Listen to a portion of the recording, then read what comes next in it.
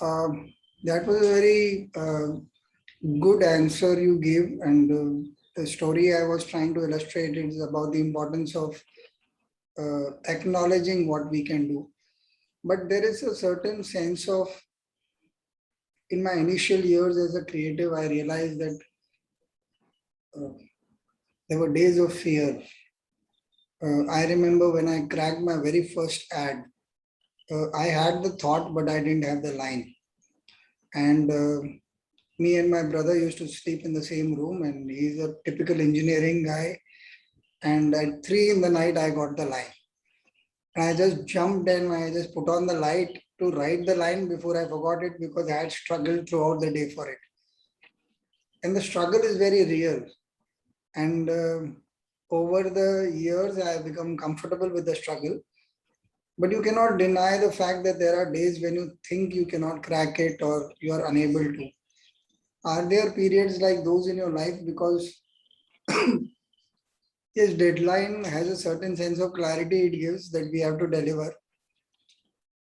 I have my own ways of dealing with it. I would want to know, how do you deal with that sense of insecurity that comes with, now that I've taken the job, the advances have been paid. Um, sure, I have experience. Sure, I have done other jobs before this. But in our field, there are often jobs that you've never done before, industries that you've never been exposed to before, knowledge that is absolutely new to you. Very often you hear things that are as mesmerizing to you as it would be for your audience. How do you deal with um, acting like a master while still realizing that forget it, madam, you're not even a good disciple right now. How are you going to really deliver?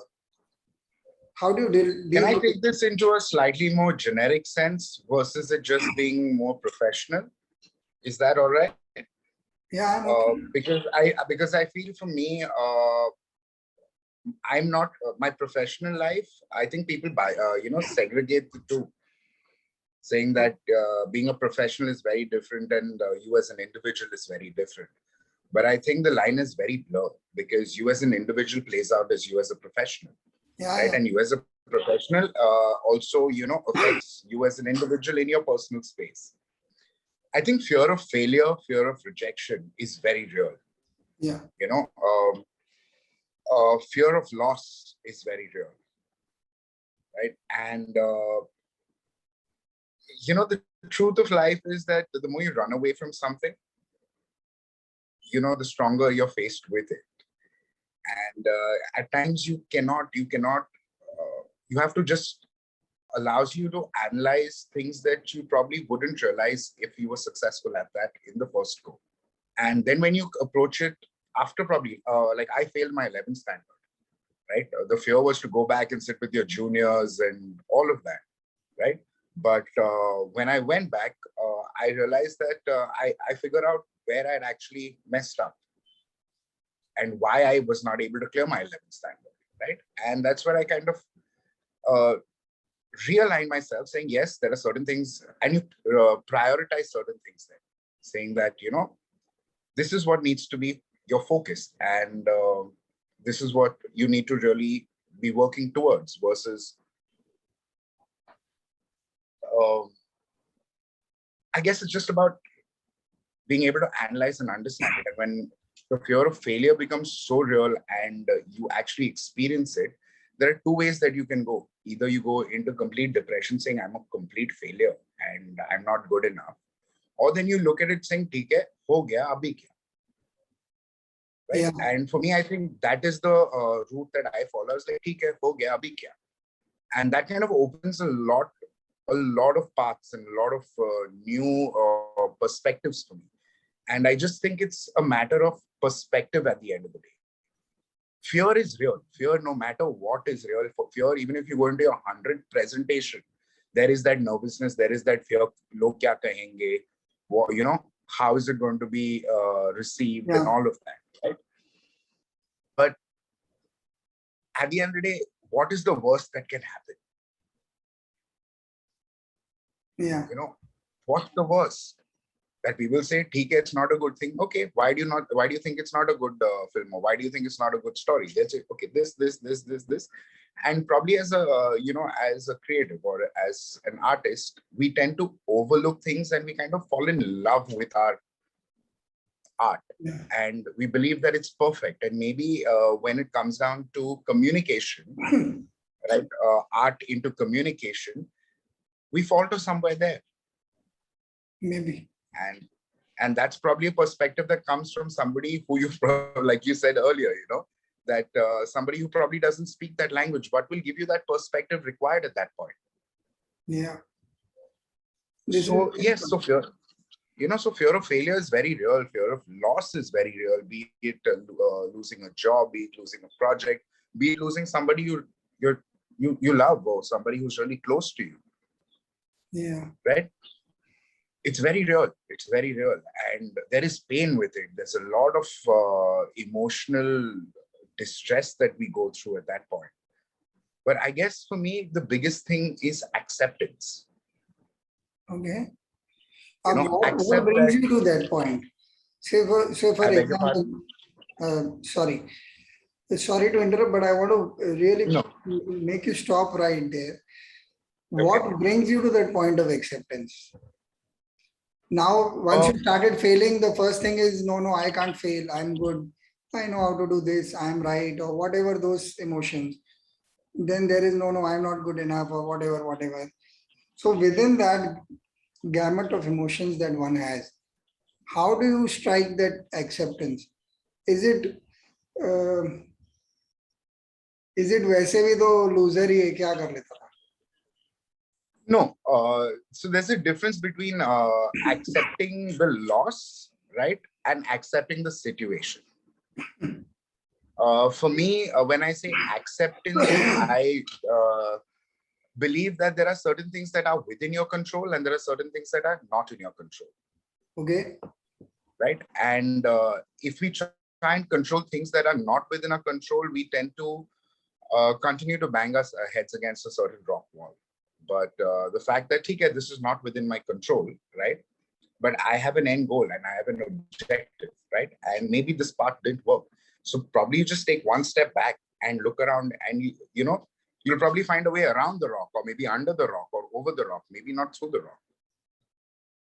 But coming down to the fact that accepting that particular situation that you have been confronted with or experiencing opens your eyes to the new or fresh perspective, or you can look at it with fresh eyes versus, constantly being blinded by that particular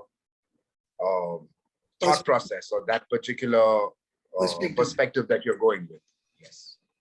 Okay, one interesting, different question, but still talking about the vulnerability bit.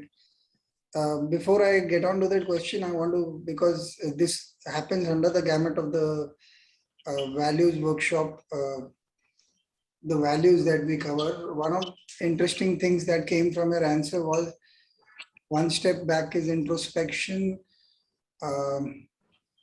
perspective change, the ability to accept is again saying that you are not the be all and end all of everything that happens to you. You have to accept there is a world beyond your this, and you have to have the requisite humility to study it, to figure out how to negotiate it, maybe go, like you said, around the rock, if not through it, if you cannot. Through it.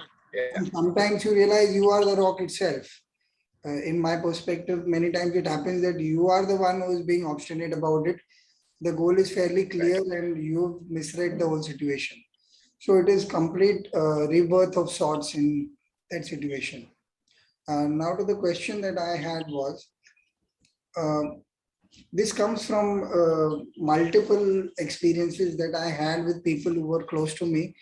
And this is a little, it's not really as timeless as I would want it. It is time bound. When I started my career in advertising, the place where I came from, the kind of people that I lived with and I grew with, there were very few people who had the kind of mind or the mindset that I wanted to live with in the future. And at that point of time, because of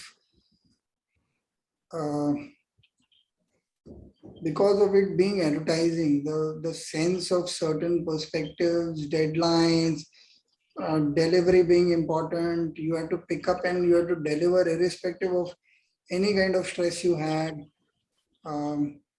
sir बुखार है मैं आया नहीं जैसा कुछ चलता नहीं है, बुखार है या जो भी है, you give it over, get it done, catch somebody, do something. But in the world that I inhabited with friends and stuff like that, it was this easy going, चलता है. दुनिया चल रही थी तभी इतना. आजकल तो बहुत प्रोफेशनल है. Everybody around us is quite going with the flow and understanding these attributes required. So very often I found that I became very short-tempered with excuses and or even a small promise like you're meeting me for chai or coffee at some place and I've just arrived and you said, oh, I forgot to tell you that I'm not coming or some such thing. And you were quite casual about it. And I was like, hey, hello. Do you realize that there is a whole list of things that one has to take care of to even have a cup of chai? You cannot just be so casual about it just because we are friends. So anything like that ever happened to you where You froze. the sense of what your industry demands from you or what your profession demands from you and where you have to excel because of the force of it, and then you go out in the world and you realize that people may not see it similarly. It took me a long time to make my peace with something like this. I don't know if it makes sense to you, but if it does, I would want to know your views on this.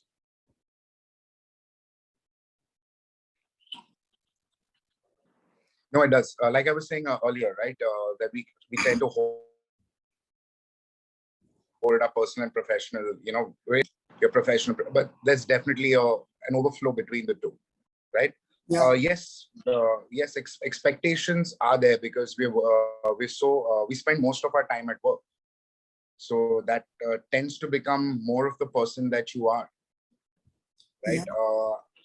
And we tend to have similar expectations and similar, let's call it professionalism in our personal space. Yeah. And we also, tend to want to win at everything, because that's how you are professionally, right? You want to win, you want to be there, you have to excel at it, right? And so yes, that does overlap. We tend to, like, I tend to get a little irritated at certain times.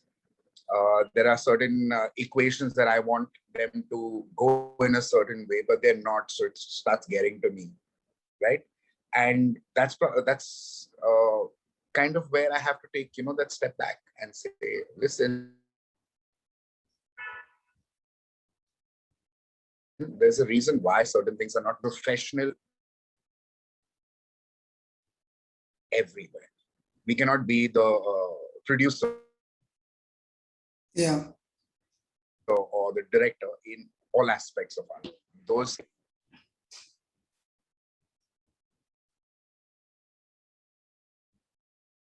the fluidity that it requires and the professional field, You're losing connection a bit.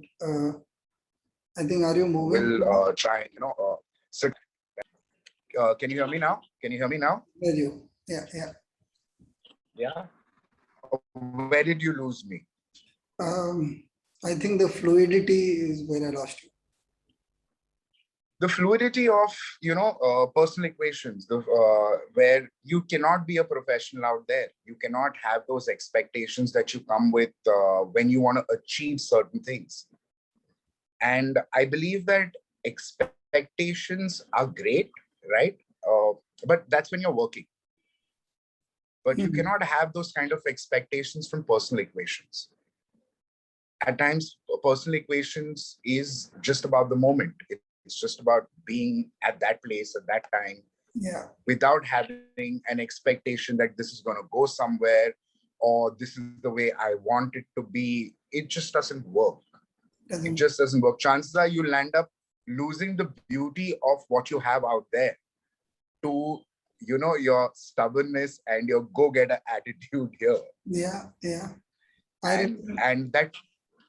And that's the fear of loss that I experienced not fear of loss, but loss that I've experienced, where I have brought those aspects of me, which is a very strong aspect of me, right? Yeah. Considering we spend that much of time out there. And it was very difficult for me to adapt to that fluidity of the current situation in a personal space. Yeah. And it's only probably when you lose at one place that you're able to take that step back and say, why did that happen? And accept that, okay, you were a little pushy. Okay, you were trying to be all like the person you are at work in a personal space, and it didn't work. It doesn't It work. just didn't work.